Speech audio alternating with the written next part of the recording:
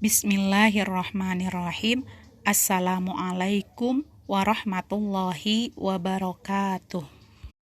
Alhamdulillahirabbil alamin ala ni'matil imani wal islam. Assalatu wassalamu ala sayyidina Muhammadin wa ala alihi wa sahbihi ajma'in. Amma ba'du.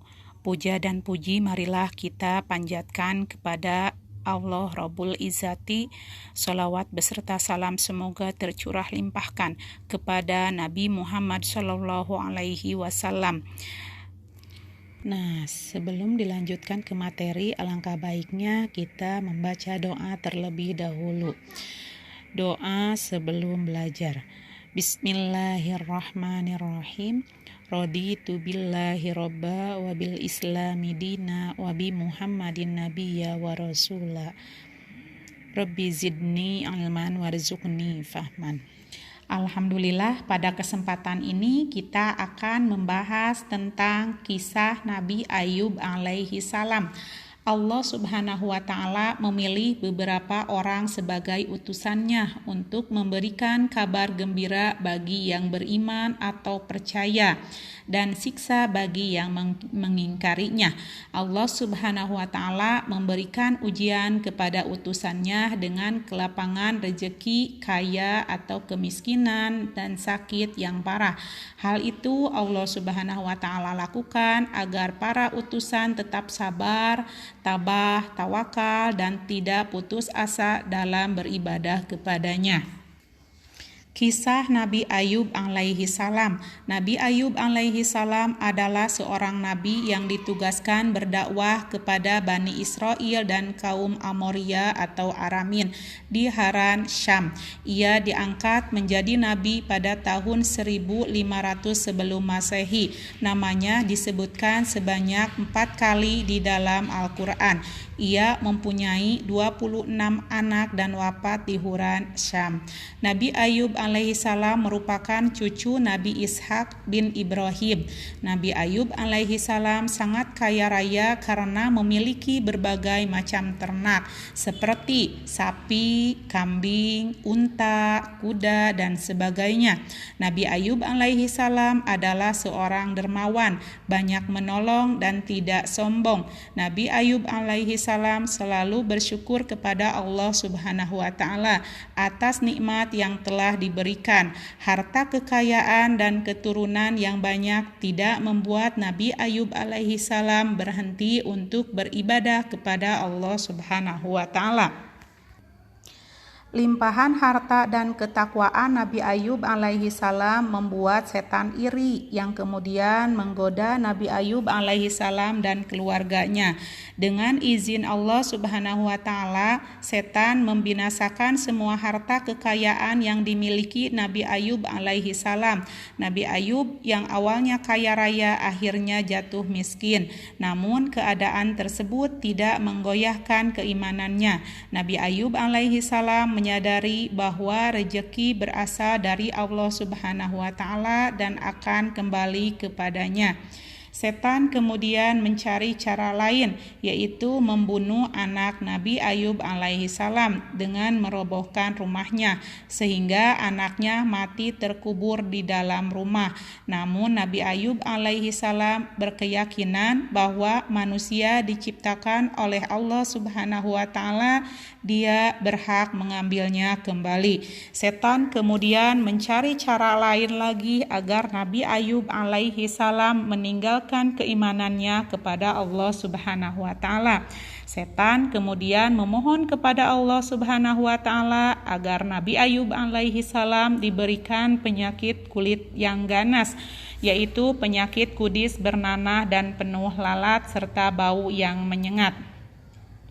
Semakin hari penyakit Nabi Ayub alaihi salam bertambah parah sehingga penduduk yang tidak tahan dengan bau yang ditimbulkan mengusirnya karena takut tertular penyakit kulit. Nabi Ayub alaihi salam kemudian meninggalkan kampungnya, tetapi beliau tetap taat beribadah kepada Allah Subhanahu wa Ta'ala. Setan tidak kehabisan akal lagi. Setan menggoda istri Nabi Ayub alaihissalam yang bernama Rahmah agar meninggalkannya. Godaan setan berhasil sehingga istrinya meninggalkan Nabi Ayub alaihissalam. Nabi Ayub alaihissalam sempat marah dan berjanji akan mendera atau mencambuk istrinya sebanyak 100 kali jika sembuh kelak. Meskipun ditinggal istrinya, Nabi Ayub alaihissalam tetap taat beribadah kepada Allah Subhanahu wa Ta'ala. Akhirnya setan menyerah dengan kesabaran, ketabahan, dan ketaatan Nabi Ayub alaihissalam kepada Allah Subhanahu wa Ta'ala. Nabi Ayub alaihissalam kemudian berdoa kepada Allah Subhanahu wa Ta'ala agar diberi kesembuhan. Peristiwa ini tertuang dalam ayat Al-Quran yang artinya, "Dan ingatlah kisah Ayub ketika dia berdoa kepada Tuhannya, 'Ya Tuhanku, sungguh aku telah ditimpa penyakit, padahal Engkau Tuhan yang Maha Penyayang dari semua yang penyayang.'" Quran Surah Al-Anbiya ayat 83. Allah Subhanahu wa Ta'ala mengabulkan dan kemudian memerintahkan Nabi Ayub alaihissalam untuk menghentakkan kakinya ke bumi. Seketika itu memancarlah air yang sejuk dan segar untuk mandi dan minum. Firman Allah Subhanahu wa Ta'ala yang artinya, "Hentakanlah kakimu, inilah air yang sejuk untuk mandi dan untuk minum." Quran Surah Shad ayat 42.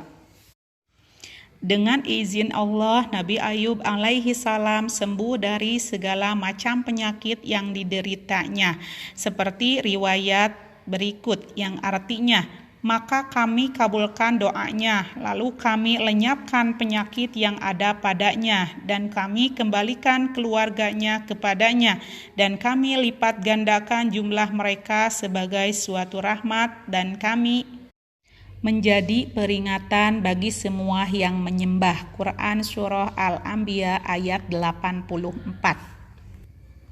Akhirnya Nabi Ayub alaihissalam sembuh dari penyakitnya. Allah Subhanahu wa Ta'ala mengembalikan semua yang telah diambil termasuk istrinya. Ketika bertemu dengan istrinya, maka Nabi Ayub alaihissalam menepati janjinya untuk mencambuk istrinya. Nabi Ayub alaihissalam kemudian mengumpulkan 100 batang rumput. Dipukullah istrinya sekali. Nabi Ayub alaihissalam berhasil melalui ujian yang berat dengan sabar, tawakal, dan iman kepada Allah Subhanahu wa Ta'ala.